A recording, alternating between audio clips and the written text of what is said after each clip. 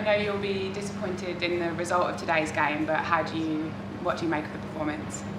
Yeah, it's a tough one. I think pretty disappointed in the quality that we played today. I think full credit to the Swifts. They were excellent in all areas of the court and, won all of the individual battles, I think, and the area battles as well. And whilst we had moments of being right in the contest, we just weren't quite on our game for long enough today. And against a team like the Swifts, who are going to be right up there at the end of the season, probably just a bit of a friendly reminder as to how good you have to be on this SSN court. So disappointing for us today, but certainly I don't think a reflection of where we're at.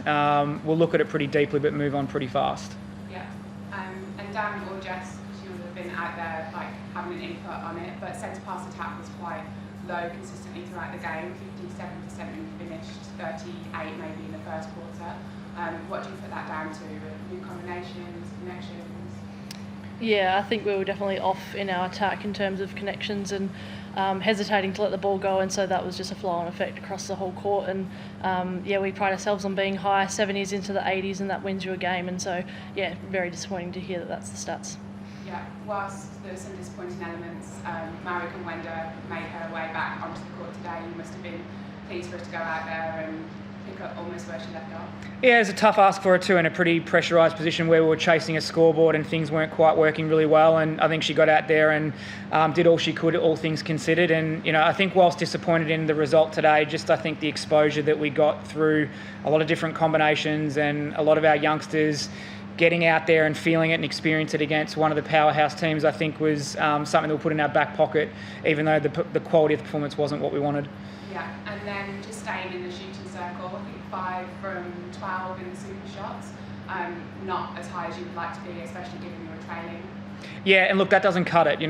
We've spent a lot of time working on our super shot accuracy, and I back in our shooters to be far better than that. We know it's a tough ask and a tough position, and it's even tougher in a super shot period where every shot is critical because you're chasing such a big margin. So we just don't want to be putting our shooters in those positions where you're down by 10 and having to sink super shots to try and come back into the game. So first and foremost, we need to be better in one-point netball, so we can set up our super shot period with a bit more clarity, because that was tough going for us today.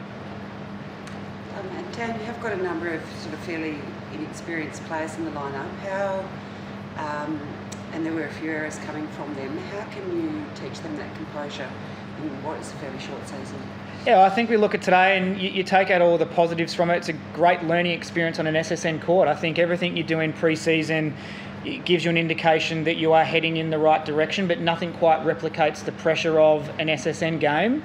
And whilst I think we had great moments out there with some of our younger and experienced players, they also probably learnt some pretty quick lessons around what it takes to be consistent at this level. So we'll keep backing them in to ensure that, today's a great learning experience for the team, and, that's the way we've got to look at it. It wasn't us, it wasn't our quality.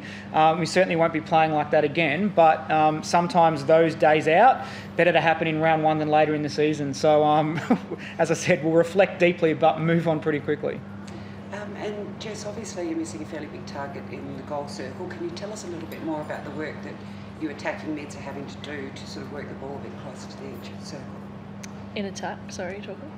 Just the work that you're having to do in attack to move that ball in a bit closer. Yeah, I think across the whole pre-season we've obviously been adapting to a new game plan in terms of knowing that us middies need to work it towards the circle edge, and I think today like I said earlier, we just weren't connected in that area, and we're having to throw it back a fair bit. And so, I think we know that we can do it. In pre-season we proved that we can do it, and we know that we can take on that drive and be able to hit circle edge and feed in those balls. So it's just being able to execute it under the pressure of the big games.